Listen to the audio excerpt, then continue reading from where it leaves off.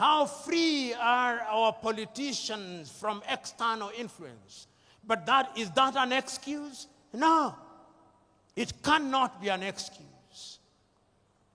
Leaders in a multi-ethnic environment must also be different. You know, Nigeria, as Chinua rightly said, like all African countries, is an artificial entity. Chinua says in his book, The Trouble with Nigeria, that there is nothing comparable to how the European nations were created. There is no Nigerian, Chinua Achebe says, in the same way as there is a Danish or a Swedish or a Norwegian. Nigeria is a unique state with many states. The same is true of Kenya. The same is true of Ghana. Nigeria possibly has over 500 nations within her. Tanzania, 136. The Democratic Republic of Congo, 306. Kenya, 42. Uganda, 56. In order to be a leader in such countries, those who have the honor and privilege must be men and women who are prepared to ensure that they weld the bonds amongst those people. As Samora Moises Machel said, if the post-colonial African country is to succeed, the tribe must die. And the tribe must die because if the tribe does not die, then the new nation will never thrive. And I did not understand Samora Moises Machel to say that you should stop being a Yoruba. No. I did not understand him to say that you should stop being a thief or to stop being an Igbo or Hausa or a Fulani. No. Those are cultural mosaics which when put together make our nations beautiful and strong. But what do we do in most of Africa? We use those cultural differences to divide the people. We use those cultural differences to reinforce centrifugal forces and therefore threaten the very nation which we want to serve. I am telling all of us who are present here, and many of you who are present in this assembly who are honored and respected and claim to be leaders, that you have a duty to ensure that you are in front in order to serve and not to be served. But ladies and gentlemen, let us also ask ourselves about followership. You know, as a young student, and many of us who are young students, it was the culture when you are in your first year of studies that you must be a revolutionary. And a revolutionary in the style of Karl Marx. And therefore you would say, workers of the world, unite. You have nothing to lose but your chains. All of us were revolutionaries. And we used to say then that the safety of the bourgeois demands that the proletariat be kept in the most profound ignorance. We were revolutionaries. Who is a leader? Is he a leader who allows meta-ignorance to reign supreme amongst the people he or she is leading? Is it the duty of a leader to ensure that he leads men and women who are enlightened? Men and women who can question what he or she is doing? I'm suggesting to us that true and sustainable leadership also requires that you have a followership that is enlightened. A followership that calls you to account. A followership that is going to make demands of you. A followership that when you say that you are going to improve the quality of their food, they do not believe that agriculture stops on that day, but they believe that agriculture must be intensified and the technology must be used. A followership which knows that when you say you are going to deliver heaven on earth, they know that that is merely an advertisement that you are incapable of delivering heaven on earth. A followership that knows that when you are promising to do things within 100 days, which ordinarily can only be done in 5 years, they know that you are a liar. A followership that is capable of discerning that when you speak things, there are many variables, and it is the duty of a leadership to ensure that such a leadership is indeed created. What do African leaders do? African leaders in many African countries have now assigned the question of education, educating their followers to NGOs and CBOs, which are financed by the Americans, which are financed by the Europeans, which are financed by other civilizations. How do you think, how do you imagine that the people of Denmark would have the interest of Nigeria at their heart? How are you satisfied that all those civic education activities that are being undertaken in Borno, or in Maiduguri, or in Abeokuta, financed by USAID, are meant to be for the benefit of Nigeria? Because the last time I checked, the English used to say, he who pays the piper calls the tune. So today, when you look at most of Africa, we have a followership that is tuned from outside. It is not a followership that is tuned from inside. And you wonder why they behave the way they do. They behave the way they do because they are being tuned by other civilizations. 3 years ago, an old friend of mine, now gone to be with the Lord, was engaged in a conversation with me. And I was complaining about the leadership, and he told me, I hear you, young man. You're always complaining about leadership in Africa and other parts, but have you ever wondered about the followership? Says you are complaining about the windmill, but do you ever bother about the wind? Is it not the case that the windmill follows the wind? I'm suggesting to you that Africa will never realize our potential as long as the critical mass of our people are immersed in sorrow and want. I am suggesting to you that Africa is not going to grow as long as you who are in positions of leadership have perfected the art of appealing to the stomachs rather than the minds of the men and women that you lead. I'm suggesting to you that Africa is not going to realize our potential as long as we continue to conduct the politics of money and money bags, not the politics of ideas. I'm suggesting to you that Africa is never going to realize our potential as long as we are dividing our people along ethnic lines. I'm suggesting to you. I'm suggesting to you that as long as you who are in positions of honor and privilege are in the business of dividing our people on the basis of religion, Africa is not going to realize our potential.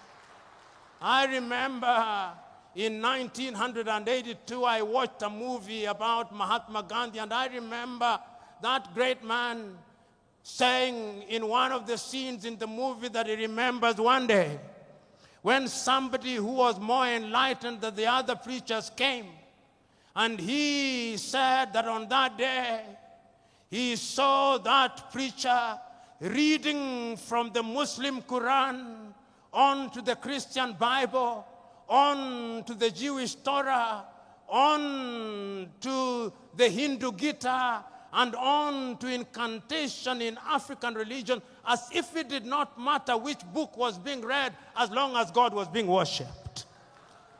I look forward to the day when those of you who are in positions of leadership will be able to tell our people, wherever they are in Nigeria or Africa, that it is not for us to fight for God. if I have a God for whom I have to fight for, that is not a God. The God that I worship fights for me. And if we accept that that is the nature of God, that is omnipresent, omniscient, and he knows all, then we are going to unite our people. In other words, I'm saying that if we are going to have a followership that is going to change the continent of Africa, we have got to exercise the ghost of ethnicity. We have got to exercise the ghost of ignorance. We have got to exercise the ghost of poverty. We have got to exercise the ghost of narrow-mindedness. Fellow Africans, fellow Nigerians, it is still true that everything fails and falls on leadership. It is true that we men and women are in unique positions. Abu Bakr, Olusala, Saraki was present on this earth. Like all of us, he had his coming and his going. Today we are gathered here to remember him because, as South Sudan's John Garang de Mabior once said, as you walk the journey of life, there are two baskets that you fill by your words and deeds, whether wittingly or unwittingly. The basket of good deeds and the basket of bad deeds. And that at the end of it all, when we weigh those baskets, let it be said of you that the basket of good deeds outweighs the basket of bad deeds. It would appear to me that the late Dr. Saraki's basket of good deeds far outweighs his basket of bad deeds. And that is why we can say, without flinching and without equivocation, that he was a colossus. That is why you call him fondly by the moniker Oloye. That is why you are gathered here on a Monday morning to pay homage to him. Now I can see Saraki upstairs through imagination. I can see him asking us, who we are present here today, oh dear Nigerians, it is 10 years since I left you. Where are the leaders? I can see Saraki asking the president of this country, how have you served, Mr. President? I can hear him ask the vice president, how have you served? I can hear him asking the senators, how have you served? I can hear him asking the members of the House of Assembly, how have you served? I can hear him asking the governors, how have you served? As to how they have served, that is not for me to say. It is for them to say. But I can also hear the great Saraki asking the Nigerians, how have you been served? Have they given you food? I can hear him ask. Have they given you fuel? I hear him ask. Have they given you electricity? I hear him ask. As to whether they have been well served, it is not for me to say, it is for them to say. In other words, the great Saraki is asking both leaders and the led, have you demanded and have you served? And the leadership that I hear him, the great Saraki, asking of us is a leadership where we are united. Not the unity of the graveyard, whose lingua franca is silence. No. It is the unity of those who are seeking to do good. Those who are seeking to do good those who ask with the firmness that will open the eyes of the leader without inflaming their anger. I can hear it being said. You know, as I conclude, I remember this story, a story that must be known to you. It's a story about leadership, which must be contradistinguished from human leadership. It's the story of a shepherd, or the story of a poultry farmer. But I'll start with the story of a shepherd. Many of us from the north are famed for cattle keeping. And when you are driving the cattle through different grazing grounds, the cattle believe that you love them so much because you protect them from the elements, because you protect them from other wild animals. But if the cattle were to know that you are the one who would end up eating them, they would treat you very differently. Invariably, they do not know. And therefore, you will continue controlling them the way you do, and you will continue eating them the way you do. But it's a totally different case when you are leading human beings. They are not like cattle. You may lead them in a particular direction. You may think that you have lulled them into a false sense of security. You may think that you have deadened their minds. But always remember that one day, if you don't do that which is good and right for your fellow men, there is a day of reckoning. There is a day of reckoning, and history has demonstrated that it can come in the twinkling of an eye. History has demonstrated that kings have been toppled. History has demonstrated that presidents have been removed. History has demonstrated that great men have been cut down. History has demonstrated that men can rise when they are misled. History has demonstrated that men are indeed capable of rising up. You know, I always read these words of the American Declaration of Independence because I love them. They apply to humanity. Before America became what it is, they had enlightened men. We hold this truth to be self-evident, that all men are born equal, that they are endowed by their Creator with certain unalienable right, that among those are life, liberty, and the pursuit of happiness. And it is for this reason that governments are instituted amongst men, and that when those governments fail to perform, it is the duty of those people to rise up and to remove such governments.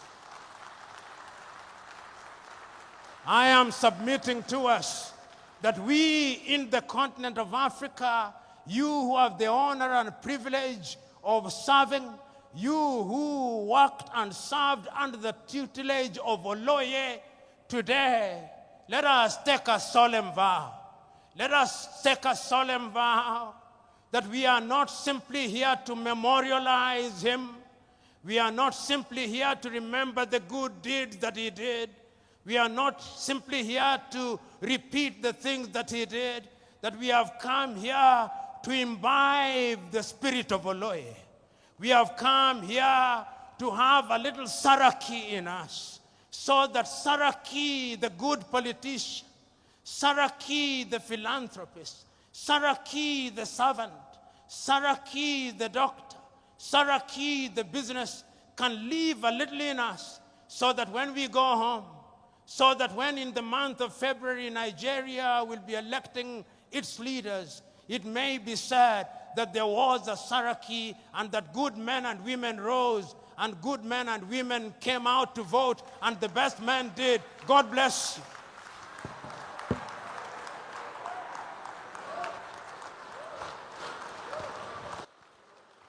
Another resounding applause for Professor Patrice Lumumba. Thank you so very much. Thank you so much. Unprecedented standing ovation for him. just as he goes to take his seat, we thank you so very much. If the post-colonial Africa must thrive and succeed, tribe must die. Those are the words of Samora Machel as echoed at this occasion by Professor Patrice Lumumba. Awesome.